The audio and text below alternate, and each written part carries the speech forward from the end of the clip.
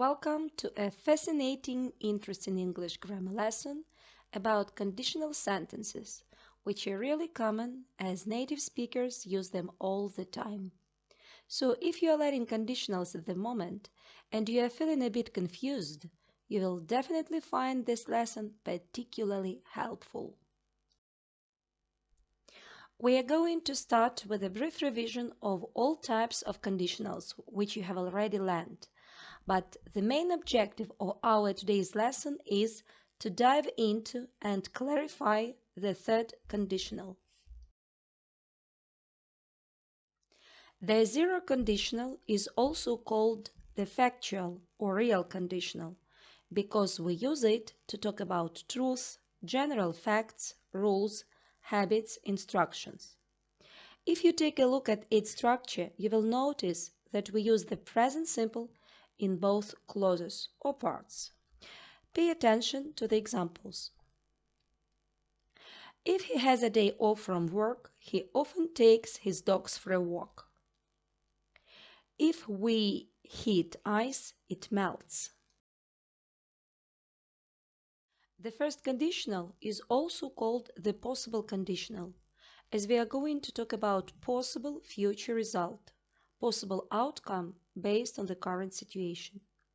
We can use it to express plans, predictions, superstitions, promises, offers, suggestions, and warnings. If you take a look at the structure, you will see that in the if clause we still use the present simple, but in the main clause we use will plus base form of the verb. Now let's look at the examples. If I go to London, I will see the Tower of London. If you don't hurry, we will miss the train. When can we use the second conditional? We use it in few ways. When we talk about things in the future that are unlikely or things that are impossible in the present. In other words, we use it to imagine and to dream that the present situation is different than it really is. If you focus your attention on what it looks like, you will see that in if clause we use the past simple, and in the main clause would is followed by the base form of the verb.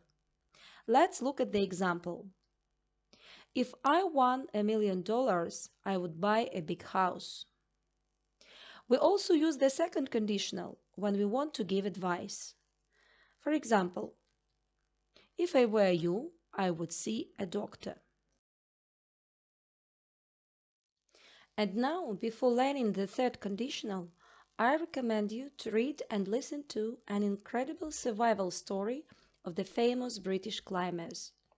While you are working with the text, please find out the answers to the questions. What two decisions did Simon Yates have to make? Do you think he made the right decisions? Decision time. In 1985, two young climbers, Joe Simpson and Simon Yates, were the first climbers to climb the west face of the Ciudad Grande mountain in the Andes. But as they were coming down the mountain, Simpson fell and broke his leg badly. Yates had to make a terrible decision. Should he leave his friend, or should he try to get him down the mountain? He chose the second option. If he had left his friend, Simpson would have died. Yates tied himself to Simpson with a rope, and they slowly came down the mountain together. Then disaster struck again. Simpson fell and was hanging over a cliff. Yates couldn't hold him. He found his penknife and decided to cut the rope. Simpson fell 25 meters. Yates returned to base camp alone. He was sure Simpson was dead. But he also knew that if he hadn't cut the rope, he would have fallen and died too. Miraculously, Simpson didn't die. He pulled himself slowly along the ground with a broken leg for 3 days and nights. He arrived back at base camp just in time. Yates would have already left if Simpson had arrived a few hours later.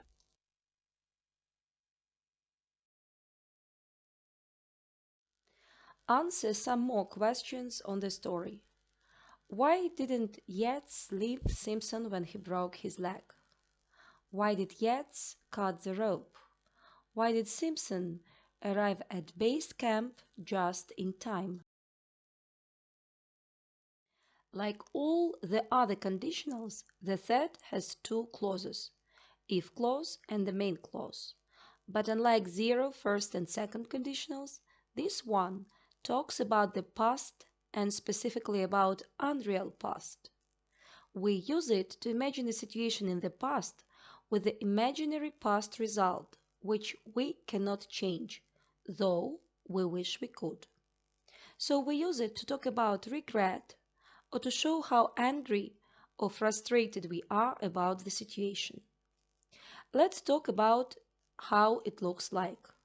To make the third conditional, we need to use if plus past perfect. I mean had plus past participle of the verb. And in the main clause, you should use would have plus past participle of the verb. For example, if they had got a gold medal, they would have been happy. If she had replied to my message, I wouldn't have been so worried. Let's come back to our text and look through the story again, finding the examples of the third conditional. If he had left his friend, Simpson would have died. If he hadn't cut the rope, he would have fallen and died too. Yates would have already left if Simpson had arrived a few hours later. Why don't we have some practice? Complete the third conditional sentences about the story with the correct form of the verbs in brackets.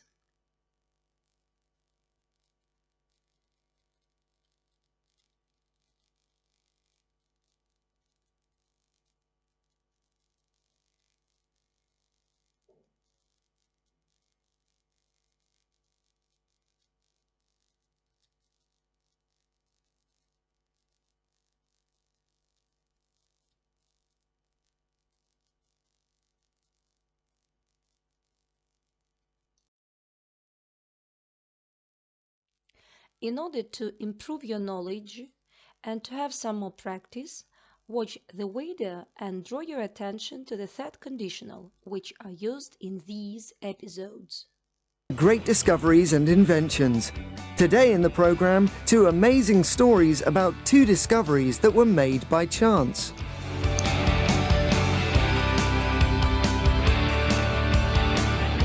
A man was suffering from malaria in a jungle high in the Andes. He had a fever, a severe headache, and was shivering with cold. He was very thirsty, so he drank some water from a small pool next to a tree. It tasted strange and bitter, but it satisfied his thirst. Soon afterwards, the man's fever dropped and he felt better. That's how the Indians discovered that the bark of the cinchona tree can be used to treat malaria. Quinine was discovered. If the man hadn't been thirsty, he wouldn't have drunk from a pool. If the pool hadn't been near the cinchona tree, it wouldn't have contained quinine. If the man hadn't drunk the water, he would probably have died.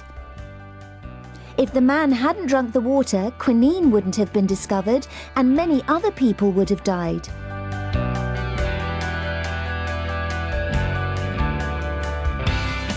Alexander Fleming was examining some bacteria. Then he went on holiday. He hadn't cleaned his laboratory very well. When he returned, he discovered that there was some mold on his bacteria sample. To his surprise, on this sample, the bacteria had disappeared. That's how penicillin was discovered, and later other antibiotics. If Fleming's laboratory hadn't been messy, the mold wouldn't have developed on the bacteria sample. If the mold hadn't developed, the bacteria wouldn't have disappeared. Fleming wouldn't have discovered penicillin. If Fleming hadn't discovered penicillin, many people would have died. Making great discoveries by accident is called serendipity. For more amazing stories, watch us every Wednesday at 7 p.m.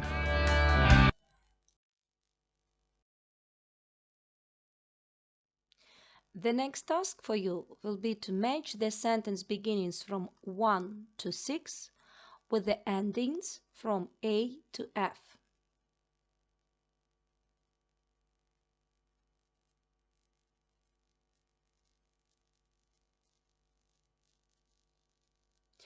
I am sure that you have done everything correctly, but nevertheless, check your answers.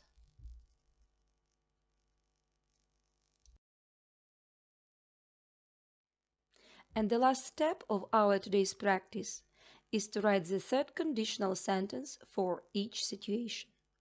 I propose you to put on pause and to do the task attentively, thoroughly, without being in a hurry.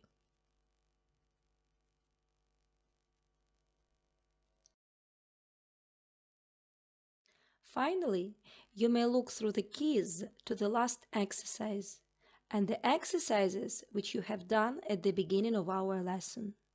And I hope that you feel much more confident about conditional sentences, and this part of English grammar will help you to express yourself clearly and be really creative with your English. The lesson is over.